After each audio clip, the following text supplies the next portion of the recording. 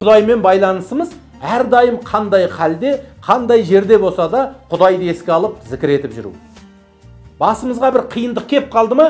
Я Алла, бұдан да жаман болуы мүмкін еді ғой, осыған да шүкір. Тіптен жақсы көретін адамымыз қайтыс болса, Құдайға шүкір, енді қанша жыл қызығын көрдік қой, қанша жыл бірге болдық қой осы кісімен деп сабыр ету.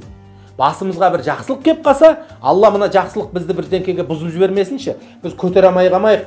Алла тағала, осы жақсылық арқылы саған қарсы кеп қалмайық. Алла тағала біреуді ренжітіп алмайын. Өйткені тоқшылық не дегізбейді, жоқшылық не жегізбейді дейді қазақ. Тоқшылық не дегізбейді.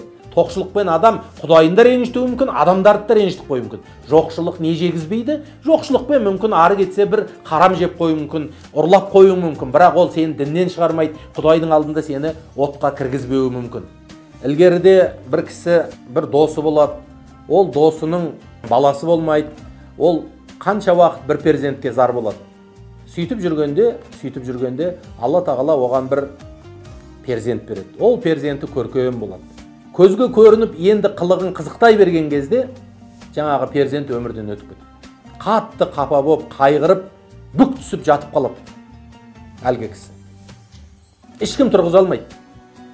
Сол кезде жан досы бар екен, жан досы келеді. Сөйтеді де айтады: "Ей бәленше" дейді. "Сен білесің ба, қанша жыл бір перзентті күттің" дейді. "Иә" дейді.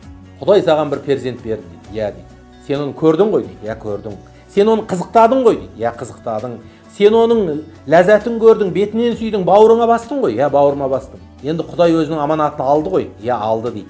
"Ал сол қызықты саған көрсетпесе не істер едің?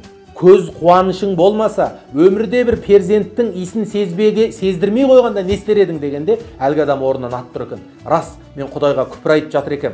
Құдай маған берген екен ғой. Құдай маған соның қызығын көрсеткен екен, бірақ мен соны ұзақ көрсетпедім деп Құдайға ренжігенім дұрыс болмайды екен" деп орнынан тұрған екен. Мінекей, адам баласы дұрыс сөзге құлақ қойса, жөн сөзге жүрегін ашса, жөн сөз оны Құдайға көтереді. Адамменен Алланы ойлаған адам кез келген қиыншылыққа сабыр ете алады. Ал Алланы ойламаған адам азғантай қиыншылыққа да сабыр ете алмай, бір-бірін жамандыққа қиып жіберіп атады.